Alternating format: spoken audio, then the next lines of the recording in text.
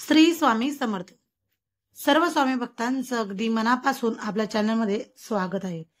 देवघरात कोणते नियम पाळायचे, कसे नियम पाळायचे, हे 21 महत्वाचे नियम आज आपण आपल्या व्हिडिओमध्ये बघणार आहेत. त्या अगोदर आपल्या चॅनलवरती जर तुम्ही पहिल्यांदाच आला असाल तर चॅनलला लाईक करा, शेअर करा आणि सबस्क्राईब करायला मात्र विसरू नका. चला तर आपण व्हिडिओला सुरुवात करूया. देवघरात पाळावयाचे 21 नियम महत्वाचे आहेत. आपल्याला माहीत असणे खूप आवश्यक आहे. आपण देवाची केलेली पूजा आणि सेवा यांचे फळ आपल्याला भेटत नाही, कारण आपल्याकडून नकळत देवघराबाबत किंवा देवांबाबत काही चुका घडत असतात. आपण आपल्या घरात सर्व वस्तू कशा नीटनेटक्या आणि व्यवस्थित ठेवतो. देवघर देखील देवाचे घर आहे, मग त्या बाबतीत आपण काळजी घेणे गरजेचे आहे ना. आपल्या देवघरात कोणकोणते देव असले पाहिजे आणि ते कसे ठेवावे हे आपल्याला माहीत असले पाहिजे. देवघर हे आपल्या घरातील महत्वाचा भाग आहे. ज्या घरात देवघर नाही त्या घराला घरपण राहत नाही, त्या घराला शोभा येत नाही. बाहेर जाऊन किती देवदेव करा, देवपूजा करा, पण जर तुमच्या घरातच तुमच्या देवांना जागा नसेल तर पूजा तुमची, भक्ती कशी सार्थकी लागेल. म्हणून आपल्या घरात छोटेसे का होईना देवघर पाहिजे. घरात देवघर असल्यामुळे आपल्या घरातील वातावरण एकदम प्रसन्न आणि उत्साहित राहते. पण आपल्या आजच्या या लेखामध्ये देवघराबाबत काही नियम पाहणार आहोत आणि ते नियम कसे पाळावेत हे देखील आपण पाहणार आहोत. देवघरात पाळावयाचे 21 नियम. देवघरात भिंतीला किंवा आपण जे लाकडी पाट वापरतो त्यांना लाल रंग किंवा केशरी रंग असावा. देवघर नेहमी स्वच्छ आणि प्रसन्न ठेवायचे आहे. देवघरात धूळ साचता कामा नये. आपल्या देवघरात कोणत्याही देवाची एकापेक्षा जास्त मूर्ती किंवा फोटो ठेवू नये. आपल्या घरातील देवघरात उजव्या सोंडेचा गणपती ठेवू नये, कारण उजव्या सोंडेच्या गणपतीचे शास्त्र खूप कठीण असते आणि त्याची पूजा ही खूप कठीण असते. ते जर आपल्याकडून व्यवस्थित पाळले गेले नाही तर आपल्याला दोष लागू शकतो. म्हणून आपल्या देवघरात नेहमी डाव्या सोंडेचा गणपती ठेवावा.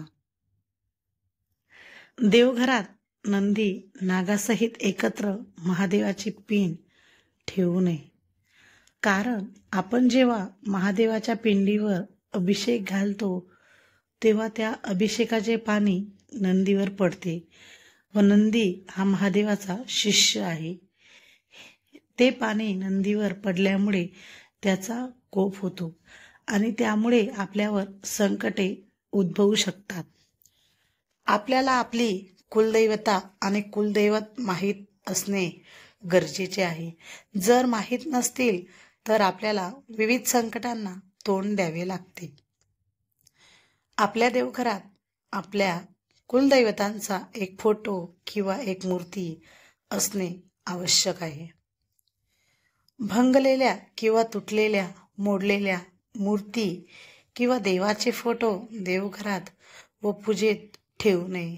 देवाच्या मूर्तीचे तोंडे किंवा फोटोची तोंडे दक्षिणेकडे करून ठेवायची नसतात. आपण देवाला जी फुले वाहतो म्हणजे जे निर्माल्य बनते ते पुन्हा वापरात आणायचे नसते. ते वाहत्या पाण्यामध्ये म्हणजेच नदीत प्रवाहित करायचे असते.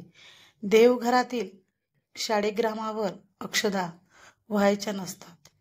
ओले कपडे घालून म्हणजेच ओल्या वस्त्री देवपूजा करायची नसते.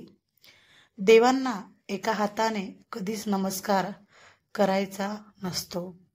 आपण देवघरात जी समई लावतो व निरंजन लावतो त्यात तेल आणि तूप एकत्र घालू नये. तेलाचा दिवा वेगळा आणि तुपाचा दिवा वेगळा लावावा. समईच्या ज्योतीवर निरांजन किंवा दुसरा कोणताही दिवा पेटवायचा नाही. लक्षात ठेवा स्वामी भक्तांनो, हे देवाऱ्यातील 21 नियम आहे. समईमध्ये 3 वाती लावायच्या नसतात. एक तर 3 वाती लावायच्या किंवा एकच वात लावली तरी चालते.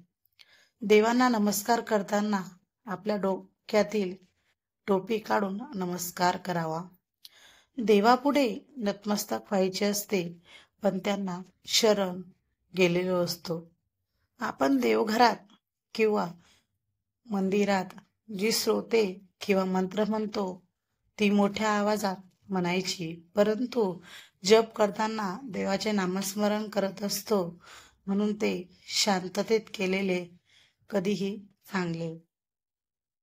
देवांना आपण जेव्हा गंध लावतो तो गंध करंगळी शेजारील बोटाने लावायचा आहे आणि आपल्या पितरांना म्हणजेच पूर्वजांना अंगठ्या शेजारील बोटानेच गंध लावावा. स्वतःला मधल्या बोटाने गंध लावावा व इतरांना अंगठ्याने गंध लावावा. नैवेद्याच्या पानात किंवा ताटात मीठ वाढू नये. त्याचप्रमाणे कांदा, लसूण, लिंबू देखील वाढू नये, कारण हे सर्व पदार्थ तामसी आहेत. तामसी पदार्थ देवांना चालत नाही. मारुती हा ब्रह्मचारी आहे, त्यामुळे त्याची मूर्ती देवघरात ठेवायची नसते. त्याची मूर्ती जर देवघरात ठेवली तर घरातील 3ऱ्या पिढीचा वंश खंडित होण्याची शक्यता असते. म्हणून मारुतीची मूर्ती देवघरात ठेवू नये. कोणी भेट म्हणून दिलेले दिवे किंवा देवाचे फोटो, सापडलेले देव तसेच बुडीत घराण्यातून आलेले देव आपल्या देवघरात ठेवू नये. कारण आपण त्या देवांची जी काही सेवा किंवा पूजा करतो ती आपल्याला लागू पडत नाही. ती सर्व सेवा ज्याचे देव आहेत त्यांना लागू पडते. अशा प्रकारे देवघरात पाळावयाचे महत्त्वाचे 21 नियम आपल्या देवघराला बाबतीत पाळायचे आहेत. असे काही नियम पाळल्याने आपल्या देवघरात प्रसन्न वाटते आणि आपल्या घरात देखील शांतता राहते. आपल्या घरातील लोक नेहमी आनंदी राहतात. घरात नेहमी देवांचा आशीर्वाद असतो. आपल्या घरात देवांचा वास असतो. देव आपल्या घरात वावरत असतात. त्यामुळे त्यांचे घर आपण नेहमी सुंदर आणि सुशोभित ठेवले पाहिजे. चला तर स्वामी भक्तांनो, चॅनलवरती पहिल्यांदा आला असाल तर लाईक, शेअर आणि सबस्क्राईब करा आणि व्हिडिओ सांगितल्याप्रमाणे आपल्या घरामध्ये थोडेच फोटो ठेवा. एकाच देवाचे 2-2, 3-3 फोटो ठेवू नये आणि वारंवार आपला देवारा स्वच्छ करत राहावा. चला तर मग बाय बाय.